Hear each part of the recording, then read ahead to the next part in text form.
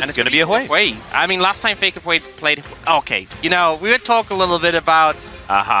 Is Faker going to get the POGs? You know, what would have to happen? Are the team going to set him up? His last Hui performance, he got the POG, and he honestly just kind of steamrolled the entire game. So there we go. He's after Chovy. See whether he can actually equalize those points. Yep, and you know, you may think, oh, it's Lucian Nami for the Nami to buff the Lucian. No. Carrier will buff Faker, and then Owner and Zeus, their job is to hold people still. Yes. So you can hit them. That's how it's going to work, all in unison. DRX, I think that top side is fine. I do think the Trist might have a bit of a sad time. Let's ref for game number 1.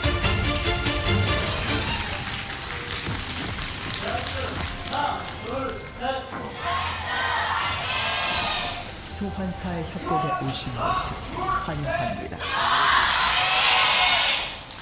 Oh man. T1 fans, extraordinarily loud. We are on the T1 side of LoL Park right now, and we have headsets on, and I was still in a bit of trouble. Speaking of trouble, Sponge down to 300 health as Faker's painting some auto attacks his way. Got the Mana Flow Band Stack, I believe, so... Oh, nailing it.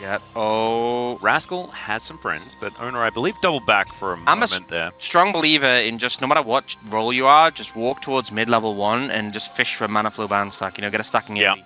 Yep, 100% agree. Take that extra mana. Stacks are dopamine. That's what we figured out. That is something we very heavily established this season of the LPL. If you've, you know, been watching, or maybe you've missed some days and you're like, what's the takeaway for this regular season? Is it we established it in the LCK as well? Because you just mentioned that we established it in the LPL. Why did I say that? I don't know. But LCK. It was established in the LPL. Just TP'd in. Yeah. A little bit of a worry. That was a really nice smite there from Sponge. Able to actually take away this bub from a Rel. Pretty important. Owner will be able to get one for himself, so it's not the end of the world. But he is tanking this, and Faker is going to have to come on over here. Does have the ulti. Not going to find it, as Sponge has to flash to get himself out of the way. And in fact, Faker didn't actually use the ultimate at all. Just a whole lot of other buttons were pressed. Yep. So Sponge flashing away from that one was actually pretty heavily winning the 1v1 against Owner in that situation. The way that we win, and that's how it sort of worked. Sponge coming on over to help DRX out as Owner thinking about finding an opportunity, and there is a fantastic Magnet Storm into a double bubble from Carrier. Gumayusi now dashing in. Teddy explodes as Faker's ultimate goes off, and that is first blood for the Lucian, and Faker able to pick one up on the back end of that one as well, and DRX just a little bit baffling. Just didn't quite work out. I mean, it's really nice engage from Owner, but DRX were kind of just like waiting for it to happen. Time and time again, you know, you clump up against a Rel, you're going to get punished for it very swiftly, and they absolutely just decided that they weren't going to abide by social distance in that one. No, absolutely not. Faker as well, 20 CS lead off the back end of that one at the same time. I think a POG performance from the gentleman in the mid lane. What do you reckon? You know, people have been pre-voting already, so I think it's... Yeah, I think it's pretty safe to say. You might say that Owner's Engage was absolutely fantastic or something like that, but no. I think it is. It's still well minutes into the game. 3.5 on the next Dragon. As Owner's coming up towards his top side now. This guy's sort of everywhere this game, as Rascal does throw down the Dominus, but he's still losing so much of his health bar. Crash down comes on in alongside the Magnet Storm, as Rascal does have the ability to slice his way out. Eventually, the wave is going to be thinned. Sponge moves in. That is going to be a couple of the bubs going to be taken out here, as I think Pleto was just having a look at what was going on there with the Grand Entrance. You know, that was the closest I felt to, oh, maybe, no, they don't have something. Back to just farming in the bot lane. Yep. As at least Yehu's able to shove a minion wave. At this point in time, 3,000 gold and change is going to be the lead here, as now Sponge looking for Faker. He's just going to wander northward, but Yehu is going to be able to find that angle. There is a twisted advance in, and the explosive charge is going to be enough. Yehu locks that one down, so there's the first kill for DRX. If Cassiopeia doesn't need a buy, I know, right? Why does Nami? Yeah. We need some consistency there. And you might ask the question like, well, why doesn't, what about Aurelion Soul, you know? And stuff what about Corki? But he has little feet, you know? Yeah, I guess Corki has little feet in his lane. Exactly. There are feet in the plane. You're not supposed to drive barefoot, yeah. Yeah. Although maybe he's wearing Crocs when he drives. Where Nami can get some movement speed scaling like Cassiopeia does. I think it would just make thematic sense. Yeah, they would. Teddy and Platter. Well, maybe just not picking as I recall. Yeah, it comes back to the draft. I just don't know what you're supposed to do now with the situation. Oh, right. Yeah. And that is what we really should focus on. Yeah. Well, Zeus is now parking himself towards the bottom side of the map. He's going to start clearing out this Grom.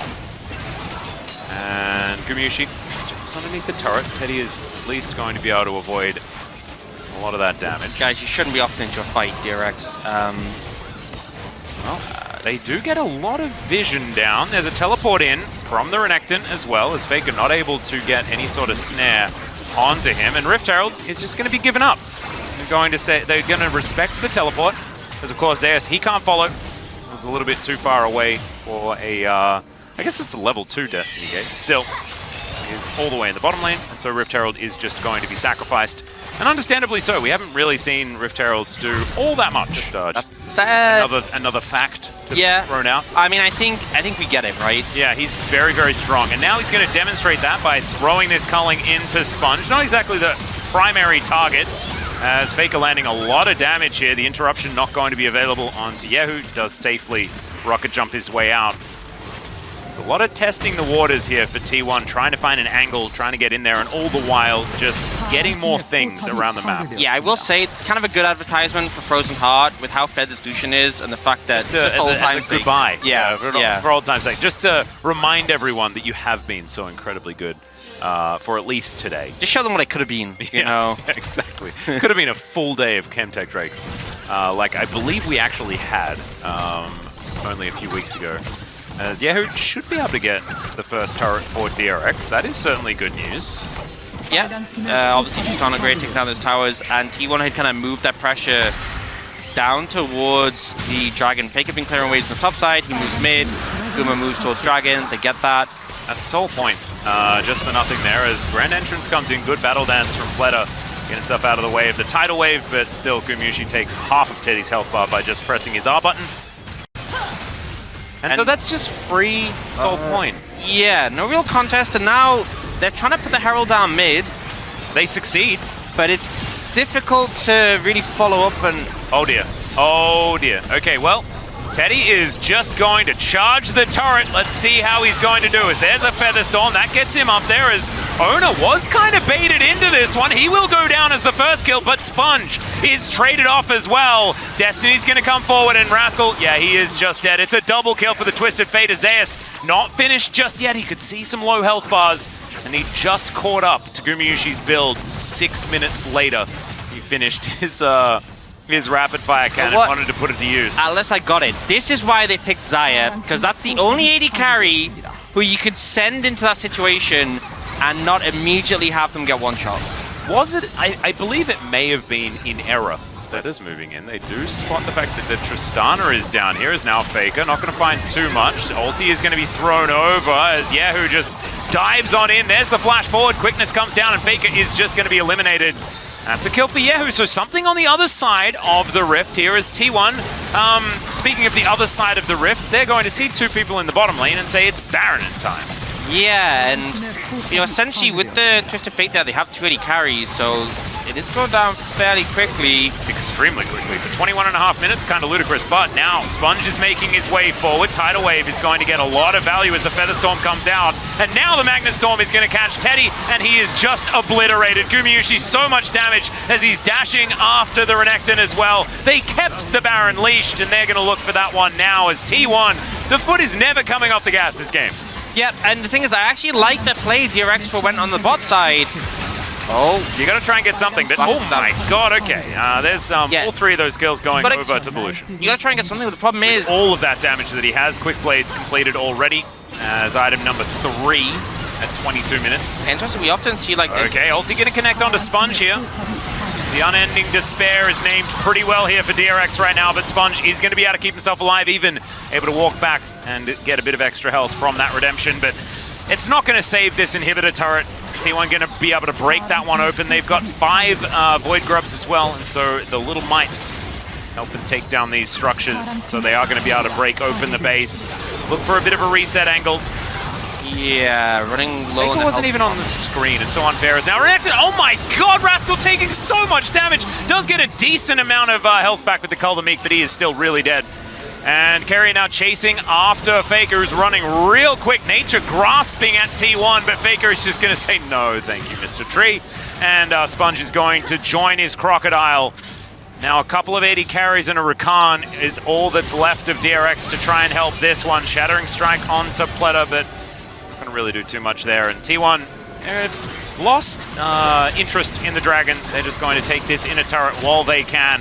Yep, and sort of opting just to peel away, take the objective. They can keep pressuring, you know, using these sideways really effectively.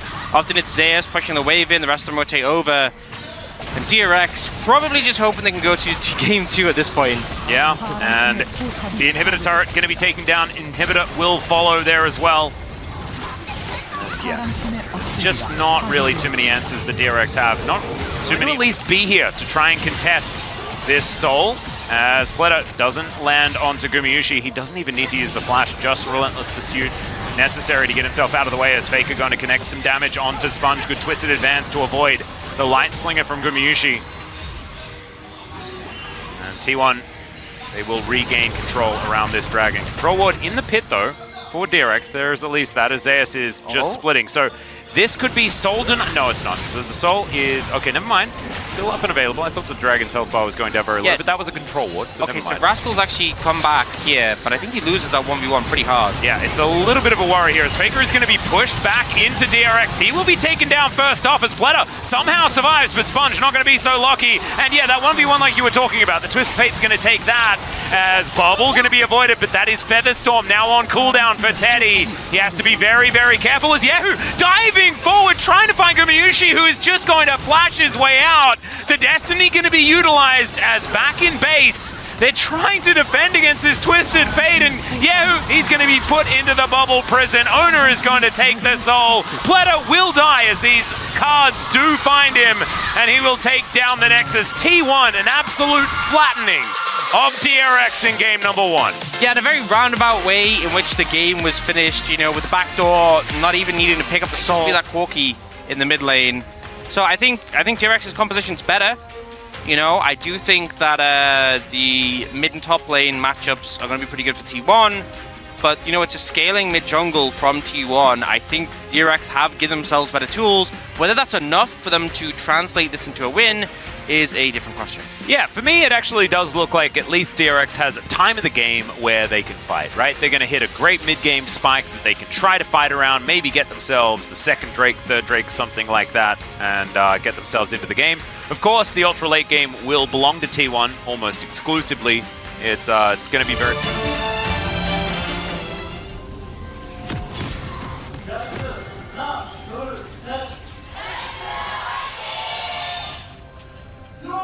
소환사의 협곡에 오신 것을 환영합니다.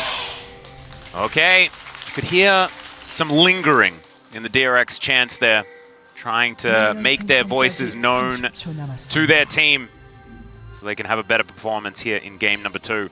See whether it is actually going to be enough to do so. Yeah, I think they certainly will have a better performance than in game 1 because the bar is very low. Yeah, it is definitely low. Yeah. Well, that's the positive you can take away from this one, that it would struggle to be worse than game 1. But still, as we said, I think there's a lot of draft elements that are better here for DRX. A lot more agency in the mid-game and potential to at least try and make things happen. I think ultimately top lane, there's not a ton you can do as Aatrox against TF unless TF makes mistakes or you find a good angle. Mid lane, I hope to see Yahoo, who has been a good addition to this roster. I hope to see him make his impact known on the map. If you're into a Corki, you definitely should. Bot lane's a big question mark for me, because we've seen lanes like Aphelios Lulu really bully out in the 2v2, and when it's Guma carrier, it's intimidating to go up against. So it's something we've talked about with DRX, is that bot lane has kind of been the strong point entire game on a level 3 dive. Yeah, and Teddy, see, trying to make this one happen. There is the crash down on top of Gumayusi, who does eventually flash. That is going to keep him alive, as now Owner is making his way in, and Sponge is extraordinarily low. The Bramble Smash does push him away, but they're looking to turn it. Flash out from Owner is Teddy. Oh, he doesn't find the double tap, and there's the flash out from Carrier. Everyone is so incredibly low, as Pleta, he really wants to do it, but it's just not going to happen. Look at this, sub 100 health for both of these bottom laners. and Ona can't do anything about it because he's also excruciatingly low. Yep, the Hex Flash over as Sponge makes his way in. There it is! The crash down to interrupt it as well, but Teddy is also going to die. So it's a 1-for-1, and First Blood does go over to DRX. There is that. Here we go, Sponge, start charging it up as Jonas Strong turns it off, and there we go. The crash down on top of him, straight into the bubble, and Teddy, he's going to be able to pick up the kill this time around. This is what I'm talking about. You know, a good return gank. You know, all the summoners are down. DRX actually making things happen. Crazy how the game plays out when you don't pick Zyracon. That is, in fact, the takeaway. You want the game to be going in. Yep, precisely. Good start. You can see towards the top side of the map, Zeus is making a lot of money. That's why you see T1 with still a gold advantage. Sponge, though, going to be able to utilize the Rel in order to take a Void Bub. Full information over to T1, as you can see, with a ward in the pit, but not going to be able to do anything about it. And you've got Ono moving towards the bottom side. He may actually just start off this Hex Tech Drake, as we do have a Chem Tech for today's Soul in this particular game, as Faker not going to find that rocket there, as now Sponge continuing his rampage on the Rift. Going to get a Valkyrie out.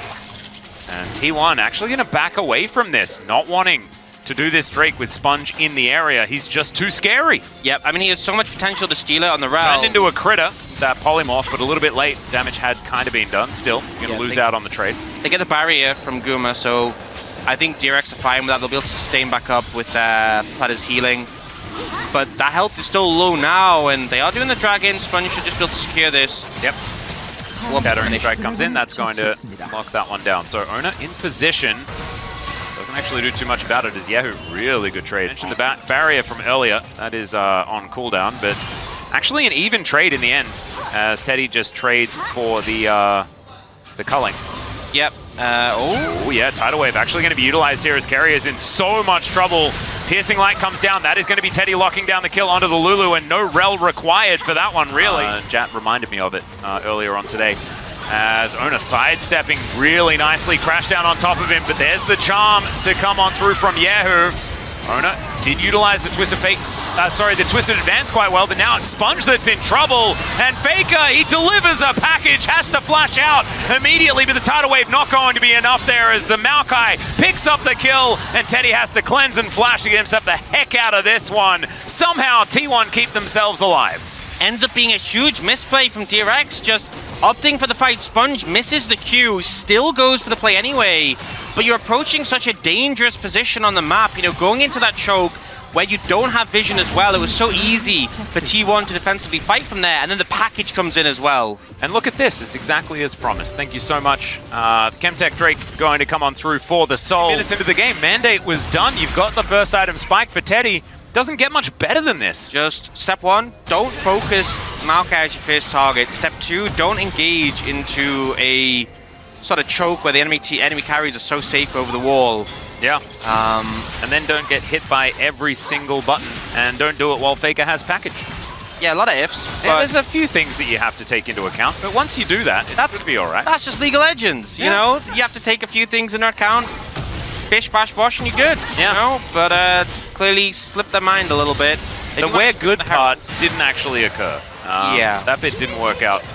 As at least Sponge going to be able to take the Rift Herald. And in fact, I think Carrier has gone for Dreammaker more than a lot of our other supports, if I remember correctly. Alright, Ona is going to get a Magnet Storm out and is just going to take a massive amount of damage and die. Yeah, that's pretty good work here for DRX. Not a lot to fight for in the river towards its bottom side, so Ona probably just wasn't expecting the whole gang to be down here. As Zeus finding a gold card onto Rascal. Yeah, they catch him isolated, and also when... Oh, not going to get the sweet spot on the second Q, and may just get autoed to death. There we go. Zeus going to lock that one up. That's a solo kill. As Charm, not going to be utilized, as Yahoo didn't find the angle between the minions onto Gumayushi. And we are going to see Rel charge the Rift Herald towards the inner turret, so that's a fair bit of Herald value, actually, as Teddy doing a lot of work on the Carrier as well. I was pretty critical of the Herald usage we've had today, but that was a pretty good one. Managing to pick on Ona, paid off a lot. They do suffer on the top side, and T1 have the Banana Brush control. Oh, that is imperative. To start laying down poke from. Well, we do have the Scryer's Bloom, but it's actually Zeus that takes that one away from Yahoo, misses the charm. It's just been so incredibly swift. It's okay, there's the steal. Sponge likely to die, but he's done his job. And there we go, lockdown does come on through. Fans pretty psyched about how DRX are playing this one out, at least in the stealing dragons aspect. Faker with a package to deliver. But unfortunately, DRX just not home to really pick. Never mind. They're just in their summer home in the mid lane, and Rascal is going to suffer the wrath of the deliveries. Yep, great move by T1. Zeus here as they're still looking to chase after. There's the Flash Magnet Storm as Yahoo is going to get immediately CC'd as he dives in, and now Sponge is in trouble. Gumushi has red-white, and that is a dangerous time. Teddy now below 100 health. As the Destiny does come on in, and Yahoo, he's not going to survive. The Destiny doesn't really do too much as far as gate value, but still T1 going to move towards the Baron, as they love to do at 20 minutes into the game. Yeah, I mean, the fact they only got one kill isn't really the difference maker, but the fact everyone is chunked out, you know, there's an opportunity to go for this Baron. You can see Sponge moving over, but still low HP. Oh, he is very dangerous, though, as far as steals are concerned. Still slowed down by the sapling as Faker wanting to get him out of this pit. And he's set up, does have the extra movement speed as well. They do have the scuttle control, and Nature's Grasp says that there is no way they're stopping this Baron from going down. So T1, give him an inch and they will take a Baron every single time. Deliver carrier Gumushi towards this bottom lane. Zeus was pressuring the top lane. Rascal now up there by himself as Sponge and Teddy trying to convince Owner to leave the junk. Oh my god, this damage onto Teddy. It's getting a little bit silly. He's going to have to try and cull to stop them from doing any more damage to this inner turret as Owner suffers at least 2/3 of his health bar as the connection of the moonshot. Yeah, Faker actually going to Clips first rather than the Malignant we typically see. Kind of nutty is. Okay, Zeus just going to avoid the charm and just wanders his way out. He's so incredibly fast. The Infernal Chains do not activate, and they finally... Oh, never mind. Okay, there it is. The third Q going to come on through. It took 4 people, not the 3 they initially invested, as now Rascal could be in trouble. Good Bramble Smash, but there's the crash down onto Owner as well. Still, the Moonshot. What's the Moonlight Vigil? That's the one. Moonlight Vigil. The big old ultimate from Gumushi did a fair bit of work. And T1 able to at least convince them to leave. Still, it is an advantage for DRX. They get rid of Zeus. Yeah, but it just feels kind of crazy how much had to be invested for him to finally go down. The value on that Ghost, pretty massive. Oh, sorry, yes. He's also got a bell. Yep.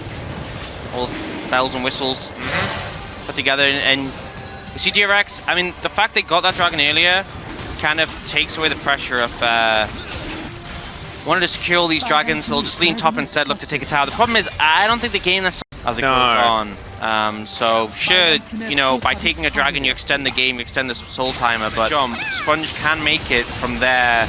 Yeah. Baron with Flash and his W, but Carrier's looking. Yeah, they do have control vision in this area as Sponge finds himself a decent Shattering Strike.